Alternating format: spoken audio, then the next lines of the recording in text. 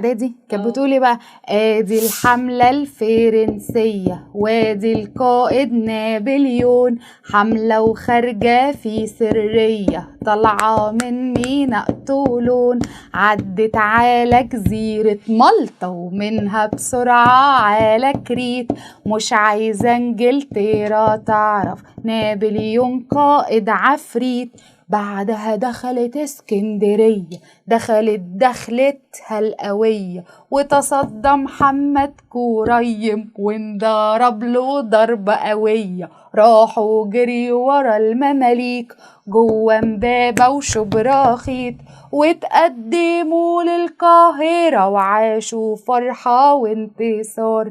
فجأة جه لنابليون خبر مهم من الأخبار، الحق انجلترا عرفت والاسطول على البحر انهار، عند ابو قير البحرية نيلسون ضربته قوية، ضعفت روحهم المعنوية واعتمدوا على موارد مصر، سلبوا نهبوا فرض ضرايب مهما بنوصف ملهاش حصر. محمد علي هغنيها لك. محمد علي كان يوناني، اخد مصر طلع في العالي، وقف جنب الشعب وقال فرض ضرايب مش حلال، فرح الشعب ووثق فيه واخدوا حاكم عليه، واتجمعوا في دار المحكمة 1805. فانجلترا اتغاظت خالص، محمد علي يمشي خالص، وافق السلطان ونقله لولاية سالونيك، وقف الشعب جنبه جامد فبقى السلطان هامد. فانجلترا اتغاظت اكتر فقررت بينا تغدر، بعتت فريزر بحملة رشيد حماد ادوله بالحل، عمر مكرم راح دمياط وهناك قضاها عياط، عمر مكرم راح دمياط وهناك قضاها عياط. محمد علي في القلعة دبح المماليك زي الفرخ.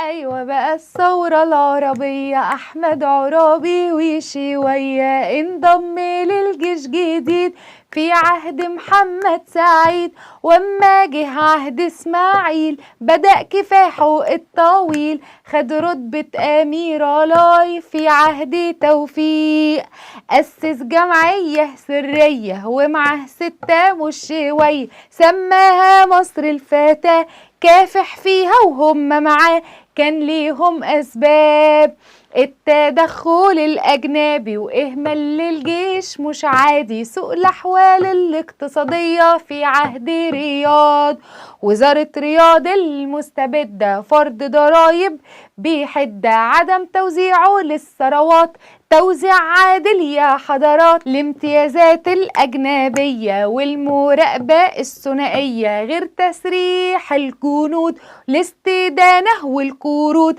أم عملوا مظاهرة عابدين سلمية خليكوا فاكرين سنة 81 لما عرابي فيها اللمة جيش مصري وشعب الأمة قالوا مطالب لتوفيق اللي هو مش بريء، يمشي وزارة رياض ويعمل مجلس نواب ويزودوا عدد الجيش، قام وافق توفيق راح مشكل الوزارة، بريطانيا قالت يا خسارة، دبرت بعض الحوادث كانت في اسكندرية، ويبان فيها احمد عرابي ان قبضته مش قوية للامن وكمان نظام، ضربوا مدينة اسكندرية اتشال عرابي من الحربية، فالتف الشعب حواليه، بريطانيا واخرتها ايه، راحت دبت المشوار تدخل في كفر الدوار، فشلت فيه فشل كبير واحتلت قناة السويس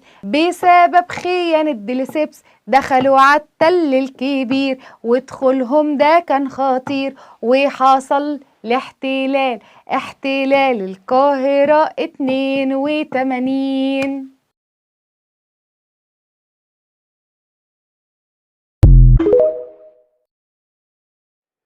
أغنية خلفاء محمد علي. افهم واعرف المطلوب في درس اليوم يا طيوب، هتلاقي ميزة وعيوب لكل حاكم في كل جيل.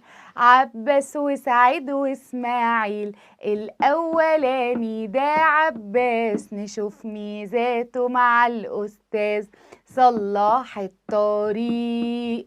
من القاهرة للسويس عمل سكك حديدية، من القاهرة لاسكندرية. يلا بينا نقول عيوب: قفل المدارس والمصانع، قلل عدد الجيش وعطل الترسانة.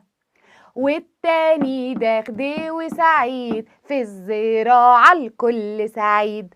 طهر ترعة محمودية، وكمان لائحة سعيدية، بيها ملك الفلاح كل الأراضي الزراعية. كمل خط سكة حديد، من القاهرة اسكندرية. عمل خط سكة حديد، من القاهرة للسويس. وما تنساش التلغراف، فتح باب الترقية للضباط المصرية. خلى الخدمة العسكرية سنة واحدة إجبارية. وما تنساش ترسانة بحرية.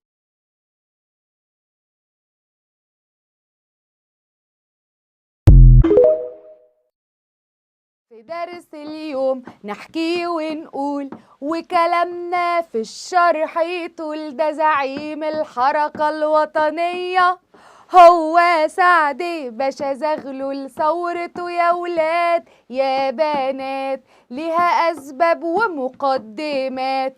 أخد وفد بعد الحرب وقدم للسير طلبات إلغاء حماية بريطانية، والأحكام العرفية، والرقابة على الصحف، وكمان المطبوعات. ويسافروا هناك لباريس لعرض كل الطلبات. بس المندوب السامي يلي بتسمع كلامي، بس المندوب السامي يلي بتسمع كلامي، اعترض بلا ذمة. قال صفاتهم ايه؟ يتكلموا باسم الأمة. رحب الشعب بكل همة، جمع توكيلات ليهم لأجل ما تنزاح الغمة. ويقول الراوي: يا سادة يا كرام، الاحتلال كل اللي عميله إجرام، ارتكب أكبر غلطة، قبض على سعد وإخواته ونفاهم لجزيرة مالطا. يلا بينا نقول أسباب، يلا بينا نقول أسباب، دي أسباب الثورة: ازدياد الوعي القومي عند المصريين، الإجراءات العنيفة عملتها بريطانيا، إعلان الرئيس الأمريكي ويلسون مبدأ حق تقرير المصير. إنجلترا تقول ادعاءات، دي كلها شعارات جوفاء. قامت الثورة يا أحباب من كل بيت وكل باب، جمعت قرايب وصحاب، وحدت الأمة. سعد يحيى سعد، نموت وتحيا مصر.